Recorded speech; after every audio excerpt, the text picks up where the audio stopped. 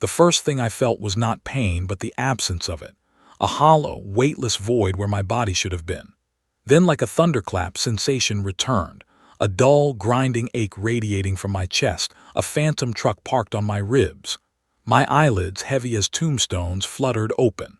The world swam into focus, blurred and sterile, painted in shades of institutional white and grim gray. A steady, insistent beepy beepy beep pierced the fog in my head, a metronome counting the seconds of a life I shouldn't have had. The rhythmic hum of machines was a cold, electronic lullaby. I was tangled in a nest of tubes and wires, the cold plastic of an IV line biting into my arm. The air stank of antiseptic and despair, sharp and chemical, stinging my nostrils. I tried to move my fingers to prove I still commanded this broken shell. They twitched weakly, pathetic little spasms against the starch-stiff sheets. A fish flopping on a dock, waiting for the end. Where was I? What happened? I blinked, squinting against the relentless fluorescent light overhead. A single crack snaked across the ceiling tile, jagged and final, a lightning bolt frozen in plaster. My throat was a desert, my tongue a useless lump of sand. I tried to call out, but all that escaped was a raspy, dry-leaf croak. Footsteps, quick, soft, efficient. A woman's face appeared above me, blocking the harsh light. Brown eyes wide with surprise. Hair the color of steel wool tucked into a severe bun. A nurse's badge clipped to her blue scrubs. Janet, it read. Mr. Thorne, oh my goodness, you're awake. Her voice was too bright, too giddy, like she just won a bingo game with a patient's life as the prize. It's a miracle, truly. Let me get the doctor. She bustled away before I could form another sound, her sneakers squeaking a triumphant rhythm on the linoleum floor. A miracle. I didn't feel miraculous.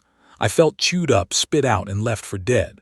Fragments of memory flickered behind my eyes, screeching tires, the sickening crunch of metal, a blinding, final flash of headlights.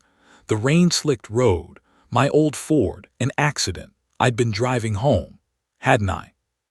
The details were smoke, slipping through the grasping fingers of my mind. I shifted, a mistake that sent a white-hot jolt of pain through my ribs. My gaze drifted to the room's only door, heavy and beige, a slab of impersonal wood that felt less like an exit and more like a wall sealing me in a tomb. Janet returned with a man in a white coat, his glasses perched on a thin, academic nose. Dr. Evans, he introduced himself, his voice clipped, professionally kind. He shone a light in my eyes, checked the monitors, scribbled notes on a chart. "Can you tell me your name, sir?" he asked. "Cassius Thorne," I rasped. The name felt foreign on my tongue. "Age 62. "And the year?" I had to think. 2025. He nodded, a flicker of satisfaction in his eyes. "Good. That's very good, Mr. Thorne." My head throbbed, a dull drumbeat of agony, but I forced myself to focus. This was the first interrogation, the first step back. "How long?" I croaked, the words scraping my raw throat. "How long was I out?"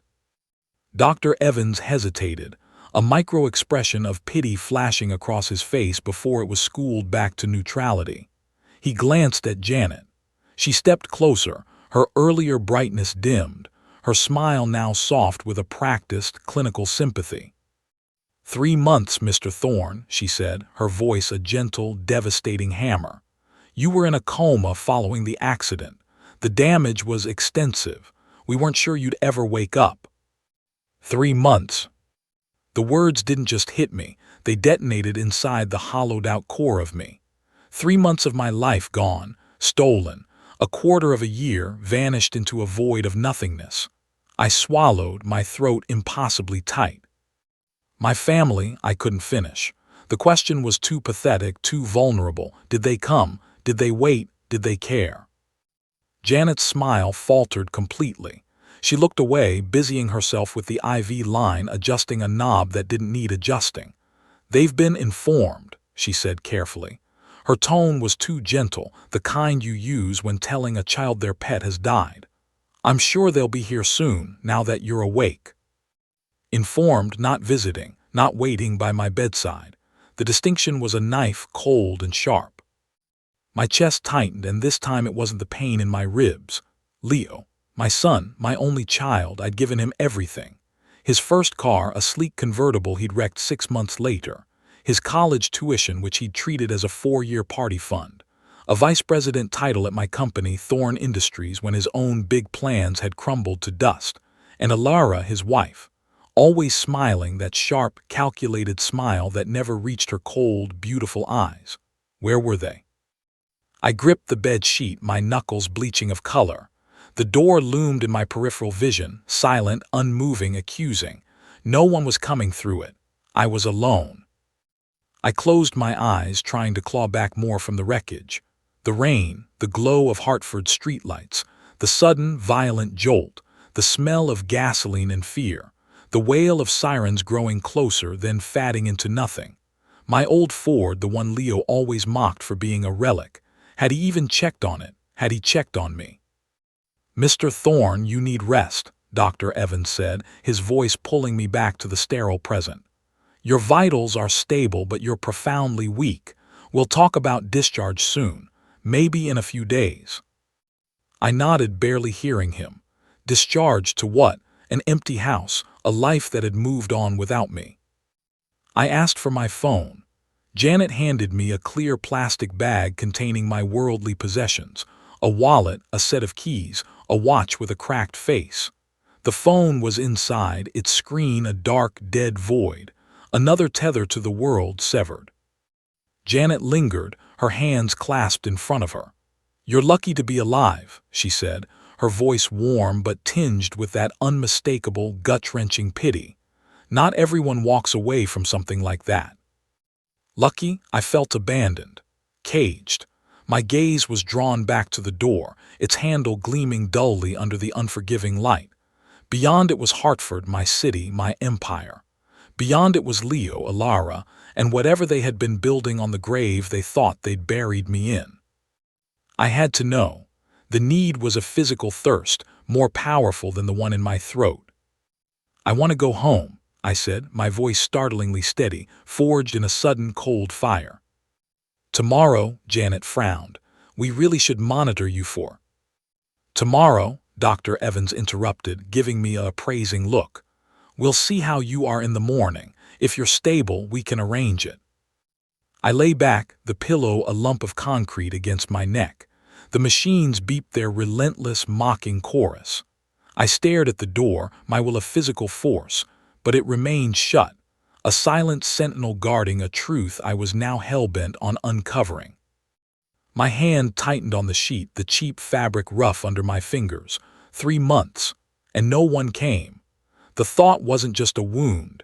It was a brand, searing away the last of my self-pity, leaving behind something harder, sharper. When Janet returned hours later to check my IV, my mind was a whetstone, my resolve sharpened to a fine edge. "Call me a taxi for tomorrow morning," I told her, my voice low, leaving no room for argument. "I'm leaving." She simply nodded, her expression unreadable this time. No pity, no argument, just a quiet acceptance. I turned my head to the window. The first weak light of a May morning was creeping through the blinds, painting the sky in hues of bruised purple and hesitant gold. Hartford lay out there, its red brick buildings and budding trees waiting. So did Leo. So did Alara. So did my answers. I closed my eyes, the pain in my chest finally fading to a distant, manageable roar. Whatever waited for me at home, I would face it. I had to. The taxi ride was a blur of jolting motion and fragmented thoughts. I handed the driver a crumpled 20 from my dead wallet, my hands trembling not from weakness, but from a coiled, simmering rage. My legs, atrophied and unsteady, wobbled as I stepped onto the familiar curb. The spring air of Hartford filled my lungs, a mix of pollen, exhaust, and the faint, sweet promise of lilacs from a neighboring yard. It was the smell of a life I'd fought to get back to. My house stood before me, a 2-story colonial of red brick and white trim, the very picture of suburban success. The house I'd built for a family. Now it looked like a monument to a lie. The lawn was a jungle of overgrown grass and defiant dandelions. The mailbox sagged on its post, swollen with a tumor of uncollected envelopes that spilled out like internal organs. 3 months, and no one had even bothered to mow the lawn. I gripped the plastic bag of my belongings, wallet, keys, the cracked watch, and shuffled toward the porch. Each step was a fresh jolt of agony through my knees, a brutal reminder of the coma's theft. The scent of lilacs was a mockery.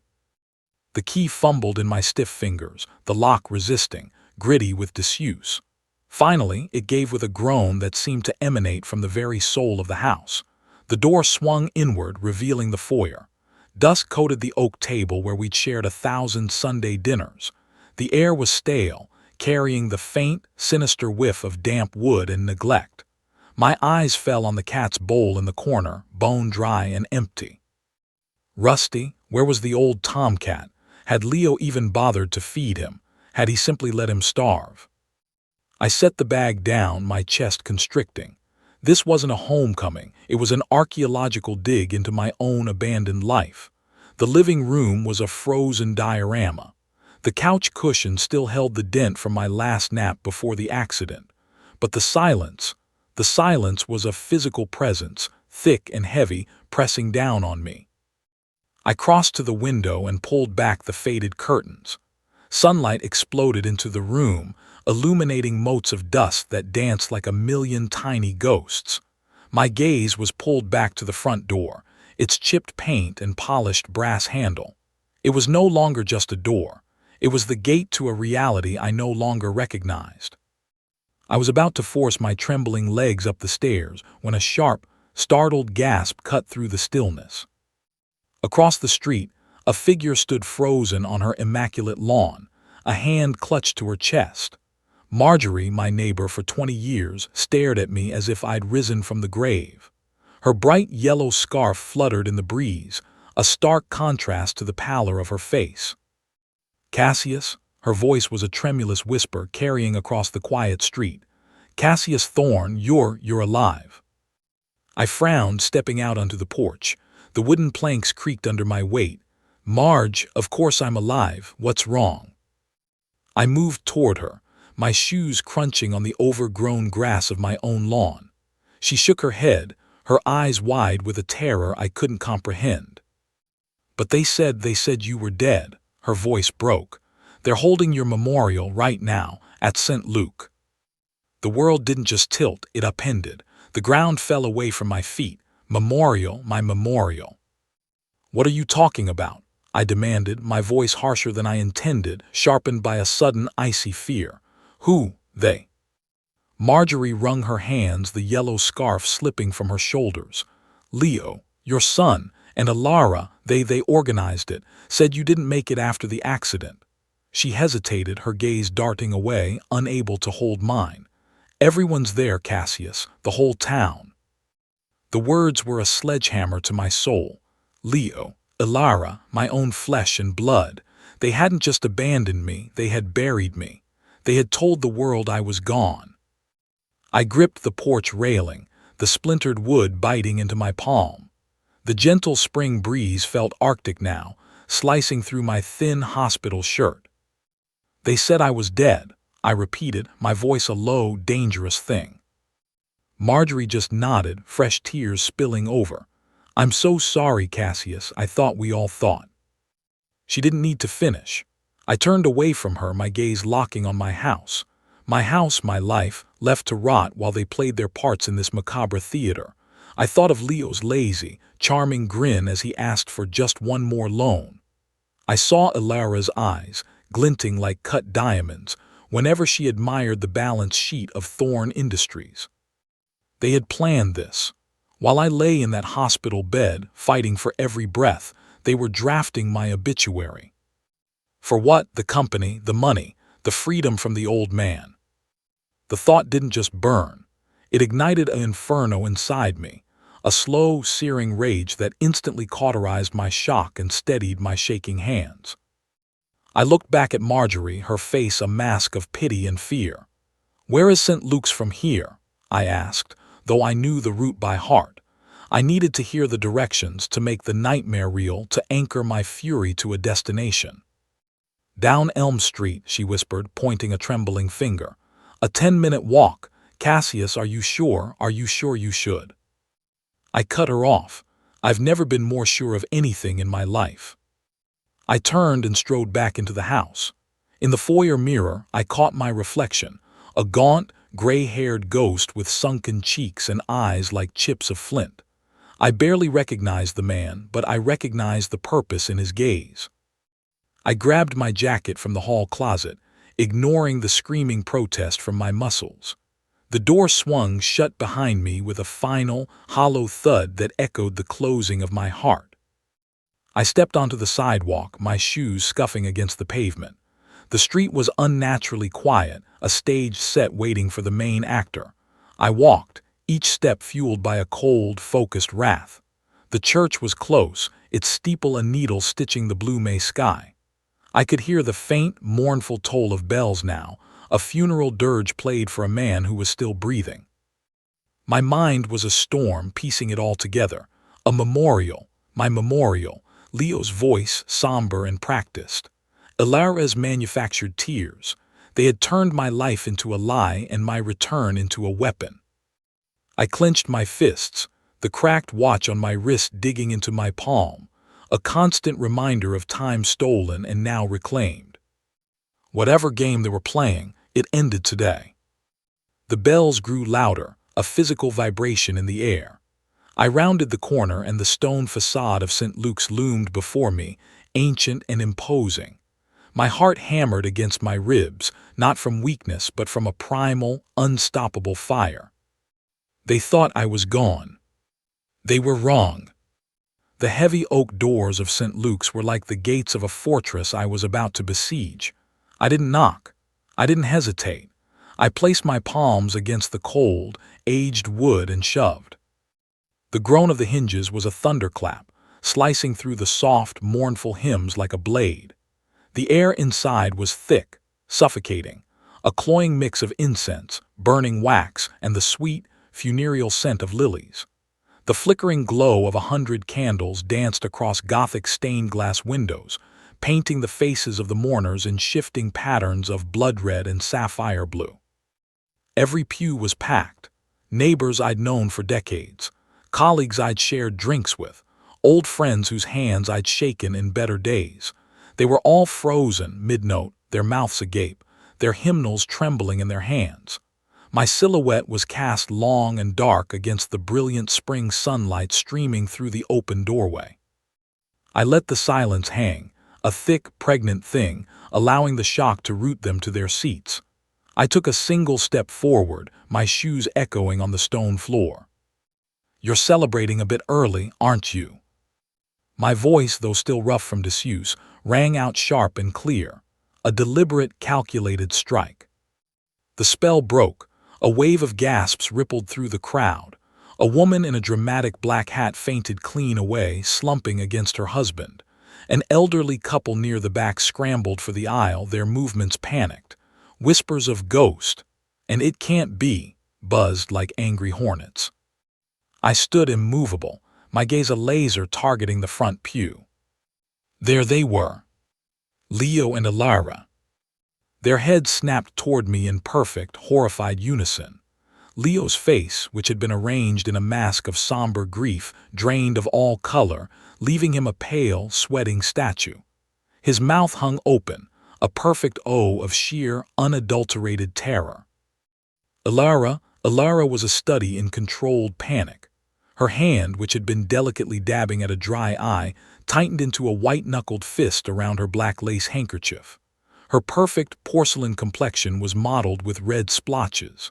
The panic in her eyes was raw, but I saw the calculations whirring behind them, searching for an exit, a lie, a way to spin this. The hymn died a sudden death. The candles along the altar flickered wildly as the draft from the open doors swept through the chapel. I took another step, the sound echoing in the stunned silence. "Thought I was dead, did you?" I said, my voice dropping, becoming more intimate, more menacing. "Funny, I don't feel dead." The crowd shifted, a collective intake of breath. Leo jolted to his feet, his tailored suit suddenly looking too big for him. He stumbled down the aisle toward me, his movements jerky. "Dad," he hissed, the word a desperate, strangled thing. What are you doing here?" He reached for my arm, his fingers clammy and grasping. I shook him off with a violence that surprised us both. My eyes never left his. "Dad," I repeated, loud enough for the first 5 rows to hear clearly. "You don't get to call me that, not after this." I gestured with a sweep of my arm, taking in the entire grotesque spectacle, the flowers. The mourners, the large, framed photo of me on the altar, smiling benignly, taken at last year's Christmas party, oblivious. "You buried me, Leo, you and her. I didn't even look at Alara. I didn't need to." Leo's voice dropped to a frantic whisper for my ears only. "You don't understand. It was a mistake. We thought the hospital." I cut him off, my voice rising again, playing to our audience. 2 months in a coma and you didn't even visit, not once, but you found plenty of time to plan this. My arm swept the church again. What was it, Leo? The company, the house, the money, was it worth it? The whispers crescendoed. I saw heads shaking, saw the dawning realization and disgust on people's faces. The tide was turning. Alara stood now, smoothing her black dress with hands that trembled.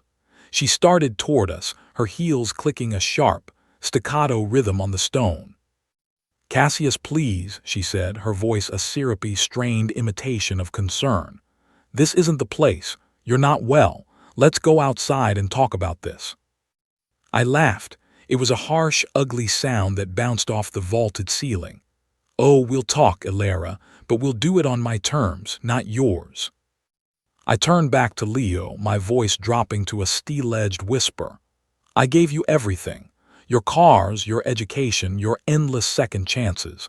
And this is how you repay me." Leo's eyes darted around the church, seeing his carefully constructed narrative crumbling to dust. "You're making a scene," he muttered, his hand darting out to grab my elbow again, to physically remove me. I stepped back out of his reach. "No, you don't get to control this, not anymore." My gaze swept the congregation one last time, taking in their stunned faces, the half-burned candles, the open doors still swaying gently. The truth was out, raw and ugly, and I felt it settle into my bones, a new, unshakable foundation. This wasn't the end. It was just the beginning. Alara reached us, her smile a tight, painful grimace. "Cassius, you're confused. The accident, you need rest." It was a performance, a desperate attempt to reclaim the narrative for the crowd. "I'm well enough to see what you've done," I said, my voice cold enough to freeze the air between us. "And I'm well enough to make sure everyone else sees it too." I turned to face the crowd one last time, raising my voice to a clear, carrying pitch. "This isn't a memorial, it's a theft, and I'm not dead yet." A murmur of agreement, of shock, of anger, rippled through them. I saw a few people nod, their expressions hardening as they looked at Leo and Alara. Leo's face flushed a deep, blotchy red. Humiliation and fury warred in his eyes. He grabbed my arm again, harder this time, his fingers like a vice. "Enough," he snarled, pulling me toward the doors. I yanked my arm free with a strength I didn't know I still possessed. The motion was so violent he stumbled back. "You don't get to decide when it's enough," I growled. I turned my back on them, on my son, on his viper of a wife, on the entire charade, and strode down the aisle. The crowd parted before me, a sea of wide eyes and open mouths. The spring air hit my face as I stepped back out into the light, the bells tolling once, a final mocking note. Behind me I heard Alara's sharp, hissed whisper to Leo, the frantic shuffle of feet, the rising tide of confused and angry voices. Let them try to spin this. Let them try to lie. I had the truth, and I had a purpose. I started down the church steps, my mind already racing, planning my next move. Franklin, my lawyer, my old friend. He would know where to start. He'd always warned me about Leo's spending, about Alara's ambition. I should have listened. The streets of Hartford stretched before me, the blooming dogwoods scattering petals like confetti at a victory parade I hadn't known I was fighting in. I clenched my fists, the dull ache in my chest now a distant memory, replaced by the clean, sharp thrill of the hunt. Whatever Leo and Alara had set in motion, I would find it. I would dismantle it. I would destroy it. The pub was a sanctuary of shadows and solace, a place where the problems of Hartford could be drowned in a pint of cheap beer. I sat at a corner table, the folder Franklin had given me lying unopened before me, its manila surface a blank face hiding a world of betrayal. The glass of whiskey I'd ordered neat, no ice, sat untouched, the amber liquid catching the dim light. A long crack ran along the wall beside me, a mirror of the fracture in my life. I'd come here directly from the church, my veins still humming with adrenaline and cold fury. Leo's pale, sweating face was etched behind my eyes, Alara's calculated panic. They had tried to erase me. Now it was my turn. The door creaked open and Franklin strode in, his gray suit rumpled, his face a roadmap of weary concern. He spotted me and slid into the chair opposite, his sigh carrying the weight of the world. "You look like hell, Cassius," he said, his voice a low, gravelly rumble. He set a thick, legal-sized folder on the table with a definitive thump. "But I suppose that's to be expected after rising from the dead." "Didn't sleep," I said, my voice flat. My eyes were fixed on the folder. "What have you got for me, Frank?" He leaned forward, his fingers drumming a restless rhythm on the table. "You sure you want to do this now? After the scene at St. Luke's, half the town is either on your side or terrified of you. The other half thinks you're a specter." "Let them think what they want," I said, my gaze unwavering. "Show me." He exhaled, a long, slow breath, and flipped open the folder. Papers spilled out, legal forms, notarized signatures, official stamps that looked damningly authentic. "This," he said, sliding a single sheet toward me, "is a death certificate. Yours, dated 6 weeks ago." My own name stared back at me in crisp, bureaucratic black ink. Cassius Alastair Thorne, deceased. The paper felt obscene in my hands, a vile piece of fiction given the weight of law. My hands, for the first time, did not tremble. "They forged it," I stated. "It wasn't a question." Franklin nodded grimly. "Leo filed it with the county. Alara hired a lawyer, a slick, soulless shark from Boston, to grease the wheels. They've been moving fast, Cassius, faster than grief usually allows." He paused, letting the implication hang in the air between us. "Your company, Thorne Industries, it's already on the market. They have buyers lined up, ready to carve it up and sell it for parts." I set the death certificate down, my fingers curling into tight, hard fists on the table. My company, 30 years of my life. Late nights, missed dinners, deals sealed with a handshake and a look in the eye. The legacy I'd foolishly hoped Leo would one day care about, reduced to a quick, dirty payday. How? The single word was a blade. "They claimed the hospital lost track of you," Franklin said, his voice low. "Told everyone you died on the operating table. No visitors, no one to contradict them. It was frighteningly easy." He leaned closer. "They had your will, too. The one you kept in the house safe. Altered, of course. Everything now goes directly to Leo." I let out a short, bitter laugh that had no humor in it. My will. I'd left him the house, a generous trust, but the company was to be held in a trust for him to prove himself worthy. He hadn't wanted to earn it. He'd decided to steal it. Franklin's eyes were hard. "Cassius, you have grounds to fight this. Fraud, forgery, theft, but it's going to be messy. They've got money, your money, and a significant head start. You need to be smart about this, not just loud." Smart, I tasted the word. Smart meant strategy. It meant patience. It meant striking where they were weakest when they least expected it. I thought of Alara's panicked eyes, already calculating the next lie. Leo's trembling hands, they were scared, sloppy. "What else?" I asked, nodding at the folder. He slid another document over, a sales contract. The buyer's name was a corporate entity I didn't recognize.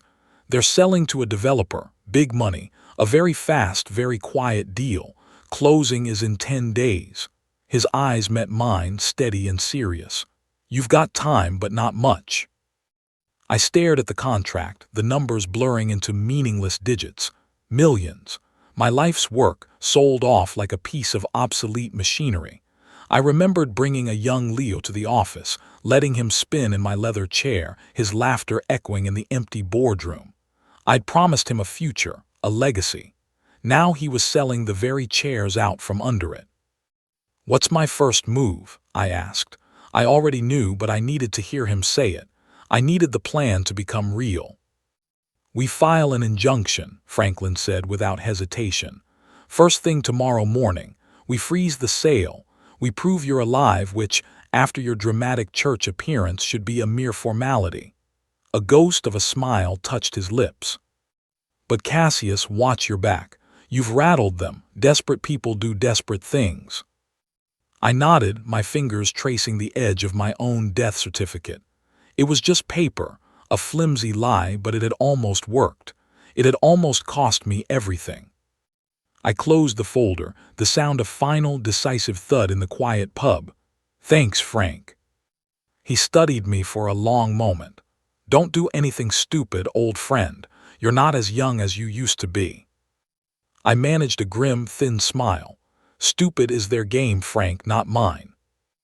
I stood, tucking the folder under my arm. It felt different now. Not like a burden, but like a weapon. I stepped out into the Hartford night, the air cool and bracing on my skin.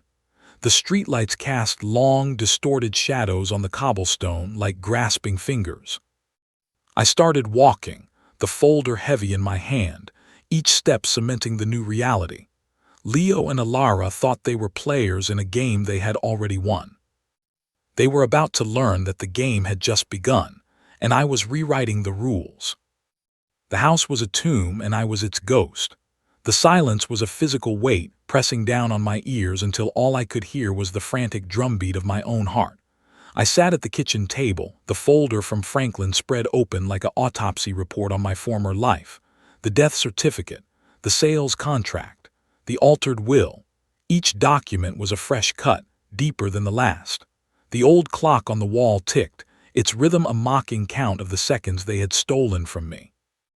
The air smelled of dust and decay. I ran a finger over the raised seal on the death certificate, the ink claiming my name. Leo and Alara hadn't just tried to bury me, they had made it official. They had turned my existence into a bureaucratic lie. I felt the weight of that paper in my soul. I leaned back, the chair groaning in protest. The house felt like a stranger's. Every corner held a memory turned poisonous. Leo's laughter as a boy echoing in the hall. Alara's polite, calculated smiles over family dinners. Had it all been a rehearsal for this final act of treachery? I thought of her, always watching, her eyes lingering on the company's financial reports, on the deed to this very house. She hadn't just wanted a life of comfort. She had wanted my life. And Leo, weak, feckless Leo, had been her willing instrument. The thought was a cold fire in my gut. I pushed it down.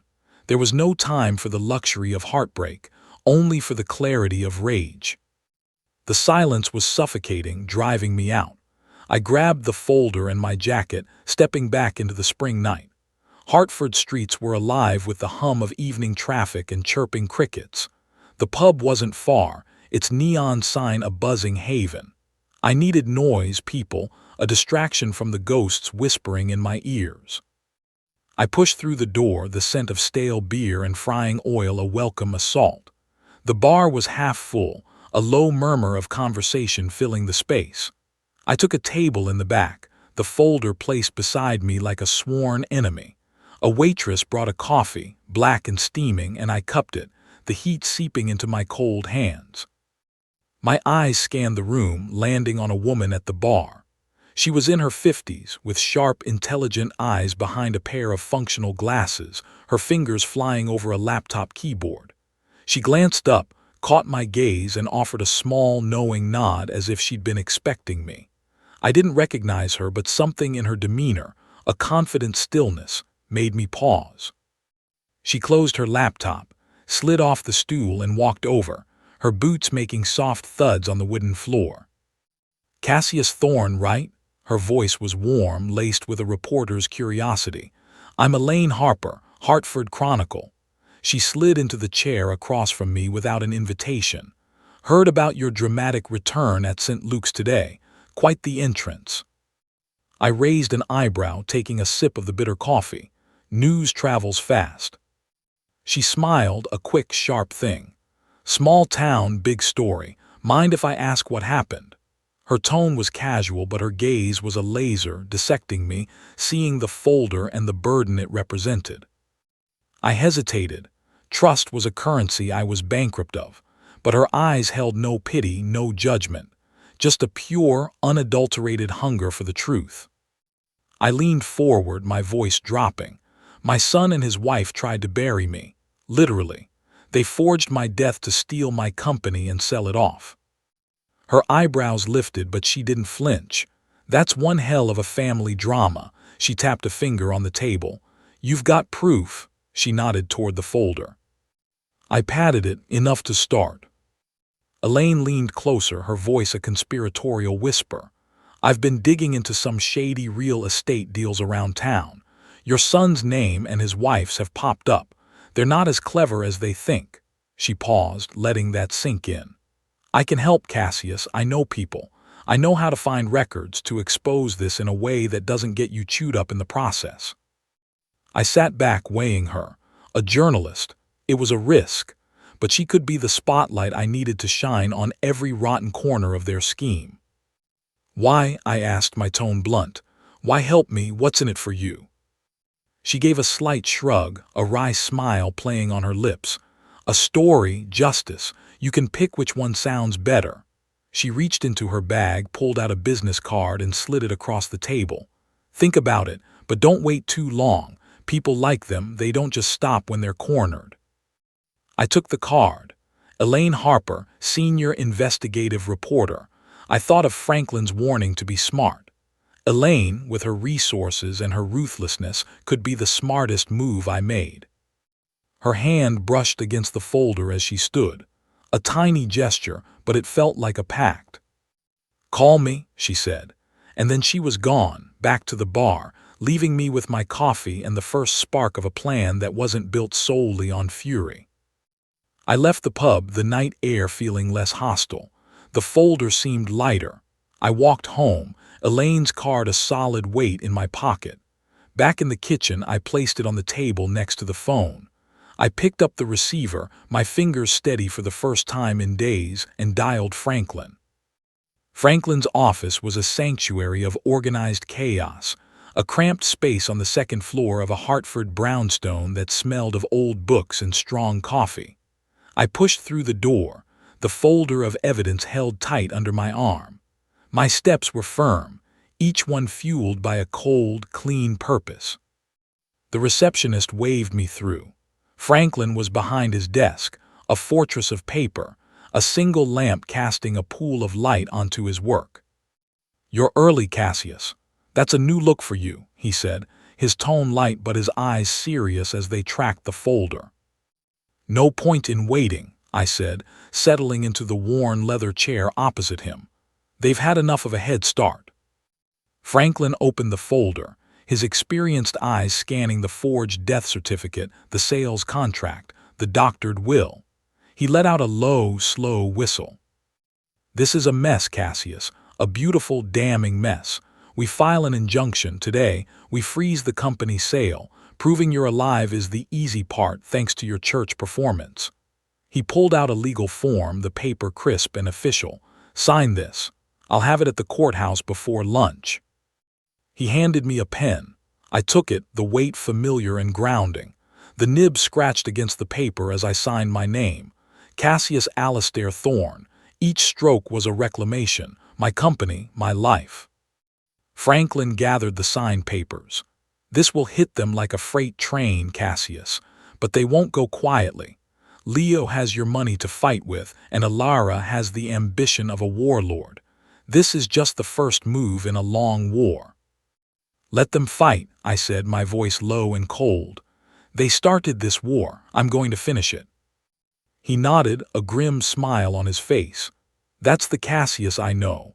Just remember we're playing chess now, not checkers. I stood, the folder back under my arm. It was no longer a collection of betrayals. It was a weapon. Let me know the second the injunction is filed. He was already reaching for his phone. You'll hear from me by tonight. I stepped out of his office into the bright Hartford morning. The city buzzed around me, oblivious. My phone vibrated in my pocket. I pulled it out. Leo's name flashed on the screen. My pulse kicked, but it was a reaction of readiness, not fear. I answered, "What do you want, Leo?" His voice was sharp, frayed with panic. "What are you doing, Dad? Freezing the sale? You're ruining everything." "Ruining everything," I echoed, my tone flat and cold. "You declared me dead. You forged my name. You tried to sell my life's work. You don't get to talk to me about ruin." He sputtered, words tumbling over each other. "It wasn't like that. We thought you were gone. We were just trying to." I cut him off, my voice a whip crack. "Save it. You made your choice. Now live with the consequences." I ended the call before he could reply. The silence was sweeter than any words. His panic was a balm. I had drawn first blood. The pub was my new war room. I sat in the same corner booth, the wooden table scarred from 1,000 battles. My phone lay on the surface, Kristen's social media post glowing up at me like a digital serpent. "Our family is heartbroken," she had written. "Cassius's health has been so fragile since the accident, and his recent behavior is proof he's not himself. We only ask for privacy and prayers as we try to care for him." A string of crying and praying hand emojis followed. The comments were a chorus of sympathy. "Poor Ilara. He must be so confused. You're so strong for dealing with this." My fingers tightened around the phone. They were pivoting, painting me as a mentally unstable, sick old man. A liability. It was clever, it was cruel. Elaine slipped into the booth opposite me, her laptop bag slung over her shoulder. "Saw Ilara's little masterpiece online," she said, her voice dry. "She's playing the martyr. It's a classic move." "Pathetic but dangerous," I said, sliding the phone toward her. "She's trying to turn the town against me before I can expose them." Elaine skimmed the post, a smirk on her face. "This is the sound of desperation, Cassius. You froze the sale, humiliated them in front of everyone. She's losing control, and this is her counterattack." She opened her laptop. I did some more digging. "Leo's hired a lawyer from Boston. They're preparing to contest the injunction, claiming you lack the mental capacity to manage your own affairs." I let out a short, bitter laugh. "Lack capacity. I built an empire while he was failing his way through college." "Exactly," Elaine said, her fingers flying across the keyboard. "Their legal case is tissue paper, but they're playing the public opinion game. This post is step one. Make you the villain, them the victims." "So what's our move?" I asked, leaning in. Elaine's eyes gleamed. "We hit back, but we do it smarter. I've got contacts inside Thorne Industries, employees who have seen Leo's incompetence and Ilara's meddling firsthand. They're angry. We get their statements on the record. We build an unassailable paper trail of their fraud. We pair that with the legal documents Franklin is filing. Ilara's sob story will evaporate in the face of hard facts." She looked at me, her gaze steady. "You're not alone in this, Cassius. People want the truth." "How soon?" I asked, the plan solidifying in my mind. "Tomorrow," she said, closing her laptop with a definitive snap. "My place. 9 a.m. Bring the folder. We're not just telling a story, we're building a case." I watched her go, the pub's noise fading into the background. I flipped my phone over, the screen going dark. The battle lines were drawn. Tomorrow, we would fire the next volley. Elaine's house was a small, cluttered Victorian that felt lived in and real. We sat at her oak kitchen table, sunlight streaming through the window, the folder open between us like a sacred text. Our first call was to Joe Macready, my foreman for over 20 years. Elaine put him on speaker. "Boss," Joe's gravelly voice filled the room. "Is it true you're back?" "It's true, Joe," I said. Thank God, that boy of yours. He came in here a month ago, bold as brass, said you were gone. Told us he was in charge, wanted us to sign off on inventory for the sale. I refused. Didn't smell right. My hand clenched into a fist. What did he do, Joe? Got nasty. Threatened my job, my pension. Said I was a relic. A few of the younger guys caved, but most of us, we held the line. We knew something was wrong. He paused. We knew you'd fight your way back, Mr. Thorne. We knew it. The loyalty in his voice was a solid thing, a pillar I could lean on. Thank you, Joe. This isn't over. We gathered more statements. A secretary who overheard Alara pressuring the bookkeeper. A junior executive Leo had tried to bribe. Each story was another brick in the wall we were building around them. Elaine drafted the article with a surgeon's precision. She read the opening aloud, her voice firm. The memorial service for Cassius Thorne was an elaborate fiction, orchestrated by his own son and daughter-in-law in a brazen attempt to seize control of his multi-million-dollar company, the Hartford Chronicle has learned. It was damning, it was perfect. As dusk fell, Elaine sent the final draft to her editor. It'll run the day after tomorrow, she said, a look of fierce satisfaction on her face. This will break them. The newspaper landed on my doorstep with a soft thud. I picked it up, the ink smudging my fingers. The headline was a hammer blow. Local tycoon betrayed. Son's death certificate forged in shameless corporate grab. Elaine's byline was below it. I read every word, my heart beating a steady, triumphant rhythm. She had woven it all together, the forged documents, the coerced employees, the Boston lawyer, Alara's manipulative social media post. It was all there in black and white for all of Hartford to see. I walked downtown. The buzz was immediate. At the corner cafe, people clustered around copies of the Chronicle, their voices a low, angry hum. I saw a man point at me, not with fear but with a grim nod of respect. At the flower shop, old Mrs. Carney rushed out, grabbing my hand. Cassius Thorne, I read it. I knew it, that viper he married, you showed them. Her eyes were bright with fury on my behalf. The tide had turned, completely. I found Elaine in the park, sitting on a bench, a copy of the paper in her hands. Well, if it isn't Hartford's most famous resurrection, she said, grinning. It's done, I said, sitting beside her. You did it. We did it, she corrected. My editor says it's the biggest story he's seen in a decade. It's going regional. Leo and Alara are finished in this town. The word finished hung in the air. It felt right. It felt just.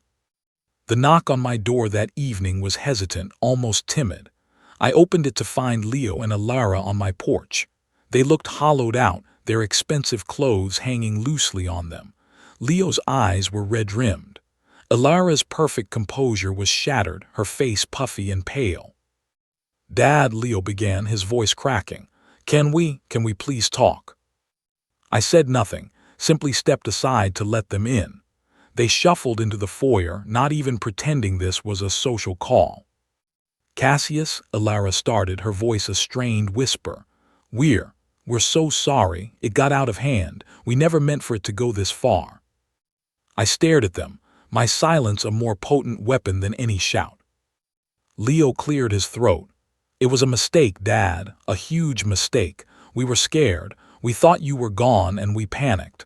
We were just trying to secure our future. A mistake. My voice was dangerously quiet. You forged a death certificate. You tried to sell my company out from under me. You told the world I was dead while I was fighting for my life in a hospital. Those aren't mistakes, Alara. That's a conspiracy. Leo flinched. We can fix this, we'll drop everything. We'll sign the company back over, we'll make it right. It is right, I said, my tone final. The company is mine, the house is mine, my life is mine again, you get nothing. Alara's mask finally broke completely. You're being cruel, you're destroying your own family, we're your family. You stopped being my family the day you decided my life was a commodity you could cash in, I said, my gaze locking on Leo. You were my son. I would have given you the world if you'd only shown an ounce of character, of integrity. You chose this path. Now you walk it to the end. I walked to the door and held it open. The message was clear. They looked at each other, a final, silent communication of defeat. Without another word, they walked out, their shoulders slumped, two ghosts departing from the life they had tried to steal. I closed the door. The lock clicked with a sound of profound finality. It was over. A week later, I stood at the window of my office at Thorn Industries, looking down at the Hartford skyline. The city was lit up against the evening sky, a tapestry of light and life. My company was secure. The injunction was permanent. The police had opened an investigation into the forgery. Leo and Alara had left town, their reputation in ashes. The door opened and Elaine walked in. "Ready for dinner?" she asked. "I'm starving. Celebrating justice is hard work." I turned and smiled, a real, genuine smile. "I'm ready." We walked out together, through the quiet office. The future was no longer a burden to be feared, but a blank page to be written. They had tried to bury me. They had no idea they were planting a seed.